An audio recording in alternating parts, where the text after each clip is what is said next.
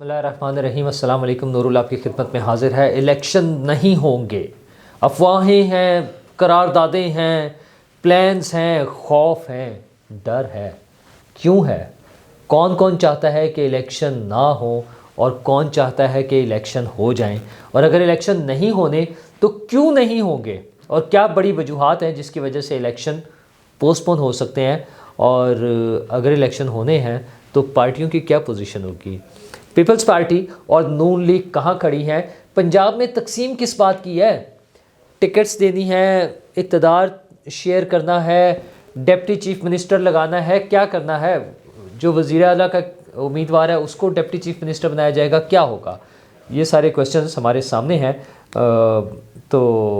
लेकिन सबसे पहले वो जो केस था नवाज़ शरीफ साहब का नाअहली के हवाले से, ताहयात नाअहली के हवाले से, उसकी वो प्रोसीडिंग मुकम्मल हो गई थी, फ़ैसला महफूज हो गया। लेकिन शायद वो शॉर्ट ऑर्डर भी जो है शायद वो ज़्यादा तफसीली हो, इसलिए चीफ जस्टिस साहब ने उसको पोस्टपोन कर दिया कि वो हम बाद में सुनाएंगे, प्रॉब्ली मंडे को वो सुना दिया जाएगा। अच्छा, उसमें नवाज़ शरीफ साहब के पास तो टाइम है इलेक्शन के लिए, अहल होना और इंतखाबी निशान मिलना, वो सारी चीज़ें अभी उसमें वक्त है उनके पास, तो वो आराम से उनके मसाइल हल हो सकते हैं। जिनके पास वक्त नहीं है वो है पाकिस्तान तहरीक इंसाफ। बल्ला उनके पास है नहीं, सुप्रीम कोर्ट से उनको बल्ला वापस मिलता है कि नहीं मिलता, उनके लोग कौन कौन से इलेक्शन लड़ेंगे। कागजात नामजदगी उनके मंजूर हो गए हैं, वो शाह महमूद कुरैशी भी हैं, वो और बहुत ढेर सारे उनके बच्चे भी हैं, बाकी भी जहाँ जहाँ से उमैर नियाज़ी हैं और बहुत से लोग हैं। तो जिन जिन लोगों का ये ख्याल था कि वो सबके कागजात मुस्तरद हो गए हैं, ऐसा नहीं है। कागजात नामजदगी जमा हो रहे हैं, ढेर सारे जमा हो रहे हैं, इलेक्शन लड़ने के लिए मौजूद होंगे, लेकिन शायद उनके पास इंतखाबी निशान नहीं होगा। मेरा अपना ज़ाती ख्याल यही है। अभी तक जो कुछ नज़र आ रहा है उसकी बुनियाद पे मैं ये कह रहा हूँ कि अगर 8 फरवरी को इलेक्शन हो रहे हैं तो उसमें पीटीआई के पास बल्ले का निशान नहीं होगा, और फिर वही होगा, ढेर सारे कैंडिडेट्स एक एक हल्के से वो आपस में वोट तोड़ेंगे एक दूसरे के, और फ़ायदा कुछ पार्टियों को मिलेगा। वो कुछ पार्टियाँ जो हैं वो कौन हैं? अच्छा, 2-3 बड़ी पार्टियां जो हैं वो अगर हम उनको कंसिडर करें, Noon League, Pakistan Muslim League Nawaz group, Pakistan Peoples Party, Jamiat Ulema Islam, MQM के जो है वो डिवाइडेड धड़े हैं, Jamaat Islami, TLP, even certain pockets में कराची में इवन उनका अच्छा नज़र आ रहा है रिस्पांस के, उनको अच्छा रिस्पांस मिल सकता है। और भी ऐसी जमातें हैं जो बज़ाहिर हमें सामने नहीं नज़र आ रही।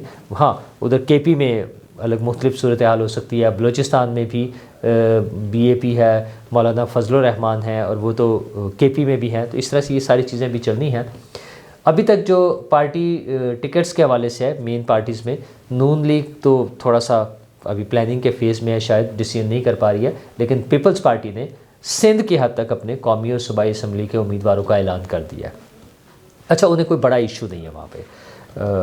अनीस मंसूरी साहब हमारे साथ थे बैठक में, और वो MQM लंदन के नुमाइंदे के तौर पे समझ लें उनको, तो उनसे हमने डिस्कस किया कि क्या सूरत हाल है मतलब सिंध में इलेक्शन की, और ख़ास तौर पर कराची में। उन्होंने कहा सिंध में तो हमें कोई मुकाबला नहीं नज़र आ रहा है पीपल्स पार्टी का, और उनका कहना ये था कि पीपल्स पार्टी का अब वहाँ पर कोई पीपल्स पार्टी की अपोजिशन ही नहीं है। जितने बड़ी बड़ी फैमिलीज़ थी, बड़े बड़े ग्रुप्स जो थे वो पीपल्स पार्टी में शामिल हो गए, तो पीपल्स पार्टी आराम से अंदरून सिंध की जो सीटें हैं तकरीबन 40 के करीब, वो आराम से ले लेंगे।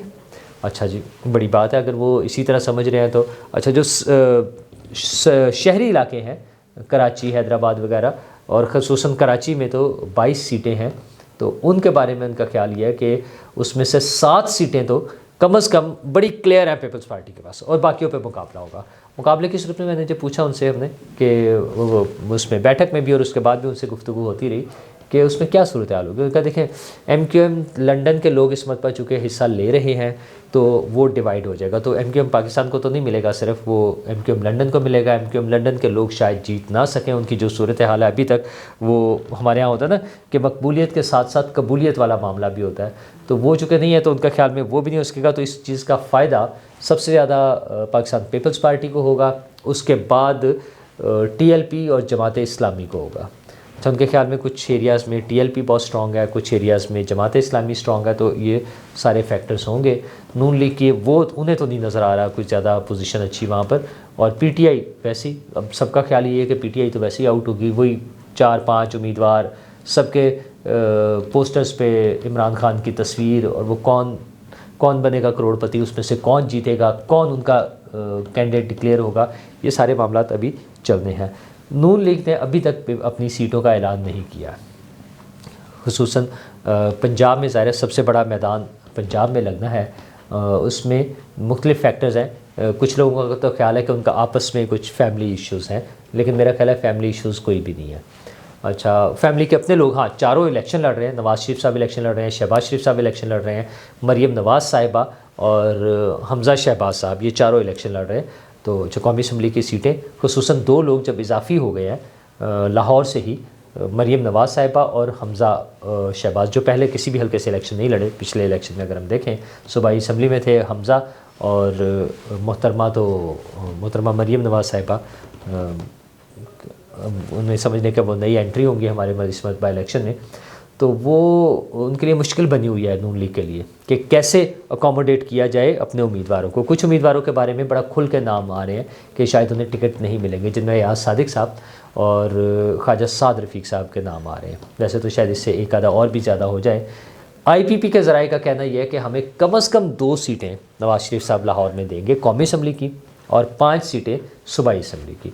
तो 2 में से एक तो अलीम खान साहब होंगे, दूसरा देखते हैं किसका कोरा निकलता है। ज़ाहिर है वो आईपीपी ने डिसाइड करना है, और आईपीपी वाले कहते हैं कि किसी और ने डिसाइड करना है नंबर ऑफ़ सीट्स। हम तो, वो कहते हैं हम तो नवाज़ शरीफ साहब से बराह रास्त मांग भी नहीं रहे, हम तो कहीं और से उम्मीदें लगाए बैठे हैं, और नवाज़ शरीफ साहब ने हमारे साथ नहीं, उनके साथ कमिटमेंट की हुई है, तो वो पूरी करेंगे। अच्छा, अब सूरत हाल ये बनती जा रही है कि कुछ लोगों का, वैसे तो पहले आ रहा था कि मरीम नवाज़ साहिबा चीफ़ मिनिस्टर होंगी, उधर से अलीम खान साहब चीफ़ मिनिस्टर के उम्मीदवार अपनी तरफ से बने बैठे हैं। इलेक्शन वो कौमी असम्बली का भी लड़ रहे हैं, सूबाई का भी लड़ रहे हैं, लेकिन अपने तौर पर वो सूबाई असम्बली में चीफ़ मिनिस्टर का किरदार अपना देख रहे हैं। तो अब कुछ दोस्त ये कह रहे हैं कि शायद उन्हें डिप्टी चीफ़ मिनिस्टर की पोस्ट ऑफ़र की जा सकती है। उसके लिए नून लीग की पॉलिसी ये है या स्ट्रैटेजी ये बना रहे हैं कि आप हमसे मखसूस सीटें ना मांगें, किस शहर में हम आपको अकोमोडेट कर देते हैं कहीं ना कहीं, और आपके लोग थोड़े भी हों, आपको डिप्टी चीफ़ मिनिस्टर की सीट मिल जाएगी। तो डिप्टी चीफ़ मिनिस्टर का भी तजुर्बा हो सकता है, अगर डिप्टी प्राइम मिनिस्टर का हो सकता है तो डिप्टी चीफ़ मिनिस्टर का क्यों नहीं हो सकता, तो ये भी करके देख लें। और जो मैंने आपको कल खबर दी थी जनूबी पंजाब के हवाले से, पहले भी चल रहा था कि बड़े ग्रुप की सूरत में पीपल्स पार्टी में शमूलियत का इम्कान है, वो शुरू हो गया सिलसिला, ये बल्कि यूँ कहें कि चलता जा रहा है। तो नून लीग अपना 2-3 चीज़ों में भी लैग कर रही है। इलेक्शन कैंपेन प्रॉपर नहीं चला पा रही है, या शुरू नहीं किया उन्होंने अभी तक, उनका मंशूर अभी फ़ाइनल नहीं हुआ है, और उनके टिकट्स फ़ाइनल नहीं हो रही हैं। गुज़श्ता रोज़ ख्वाजा आसिफ साहब शाहज़ेब खानज़ादा के साथ इंटरव्यू में थे, और वहाँ पर उनका कहना था कि हम लोग शायद थोड़ा सा पीछे रह गए हैं और पीपल्स पार्टी हमसे थोड़ा सा आगे निकल गया। वो इलेक्शन प्रोसेस के हवाले से बात कर रहे हैं, क्योंकि पीपल्स पार्टी ने अपना मंशूर भी ऐलान कर दिया हुआ है, उन्होंने टिकट्स भी फ़ाइनल कर लिए हैं, सिंध के तो अनाउंस भी कर दिया, बाकी भी उनके लिए मसला नहीं है, और वो इलेक्शन कैंपेन भी चला रहे हैं। उनका ख्याल ये था कि हमारी पार्टी ने सारा फोकस रखा हुआ है टिकट्स की तकसीम पे, तो पैरेलल सारी चीज़ें होनी चाहिए थी कि एक तरफ टिकट्स तकसीम हो रही होती, दूसरी तरफ इलेक्शन कैंपेन चल रही होती, तीसरी तरफ मंशूर भी अनाउंस हो चुका होता, तो ये सारी चीज़ें पैरेलल भी हो सकती थी, लेकिन वो अभी तक नहीं हुई है। क्यों नहीं हो रही, ऐसी बातों से फिर वो शकूक भी पैदा होते हैं कि क्या इलेक्शन होना है या इलेक्शन रुक जाएगा।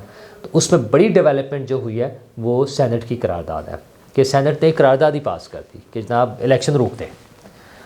अच्छा, अब जो मर्ज़ी तो जिहाद हम पेश करते रहें कि वो तो बीएपी के लोग हैं, वो फाटा के लोग हैं, वो कौन लोग थे। पीपल्स पार्टी के सेनेटर जो वहाँ पे मौजूद थे और ख़ामोश रहे, जिनके बारे में उन्होंने कहा मैं खामोश नहीं रहा, मैंने इसकी मुखालफत की, उनके मुताबिक तो पीटीआई के कई सेनेटर ने भी मुखालफत की, और नून लीग के सेनेटर अफनान की तो हमने तकरीर भी सुनी कि इन सब ने मुखालफत की, लेकिन करारदाद मंजूर हो गई। पीपल्स पार्टी ने तो उन्हें शो का नोटिस भी दे दिया अपने सेनेटर को, करारदाद मंजूर हो गई, उसका नोटिफिकेशन भी हो गया। अच्छा, ऐसे कोई इजलास हुआ, ये चीज़ पास की और इजलास ख़त्म, सदर साहब का भी ऑर्डर आ गया कि जी इजलास ख़त्म हो गया और उसकी करारदाद की कॉपियाँ भी आ गई। अच्छा, उस पर यह बहस अलग है, चलती रहेगी। इलेक्शन कमीशन की तरफ से भी मैंने सुना कि शायद कोई ऐसी आई है कि उसकी कोई वैल्यू नहीं है। बार एसोसिएशंस वाले कह रहे हैं कि इसकी कोई वैल्यू नहीं है। कुछ पॉलिटिकल लीडर्स भी ऐसा कह रहे हैं। हो सकता है ना हो, तो फिर तो टेंशन की बात ही कोई नहीं। लेकिन मेरे ख्याल में वैल्यू है, मैसेज है कि कहीं कोई ऐसी बातें हो रही हैं कि इलेक्शन नहीं होने या इलेक्शन रोकने हैं। अच्छा, जिन पॉलिटिकल पार्टीज़ का ये कहना है कि ये हमारे साथ त्रोह हो गया है, बंदे थोड़े थे, 14 बंदे थे सिर्फ, हमें पता नहीं था और एग्रीड, ऐसा मुमकिन है, तो वो सेनेट का इजलास कॉल करें और सारे इकट्ठे हों और बैठकर इसके खिलाफ दूसरी करारदाद पास कर दें मेजॉरिटी के साथ, ज़्यादा बड़ी मेजॉरिटी के साथ। ये 14 बंदे थे तो वहाँ 94 बंदे ले आए आप, ठीक है, और पूरा कर लें इसको। तो चलें 84 आ जाएं, जितने भी हो जाएं, ज़्यादा हो सकते हैं ना, तो आ जाएं, कर लें उसमें। देखना यह कि क्या सियासी जमातें वाकई सीरियस हैं या कहीं कोई ये वाला प्रोग्राम जो है कि रोकने हैं ये सीरियस है।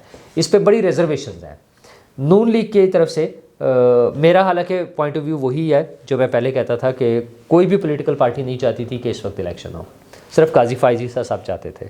अच्छा, नून लीग को जब ये नज़र आना शुरू होगा ना कि हम इक़्तिदार में आ रहे हैं तो और हमारा रास्ता साफ़ होता जा रहा है, तो फिर मुमकिन है वो डेफिनेटली फिर वो विलिंग होंगे कि हाँ इलेक्शन हो जाए।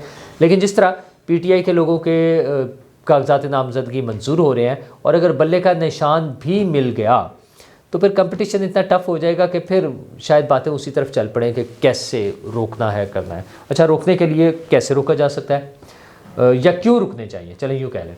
मौलाना फजलुर रहमान साहब ने इस पर मौसम का हवाला दिया था, मौसम वाकई इशू था किसी हद तक।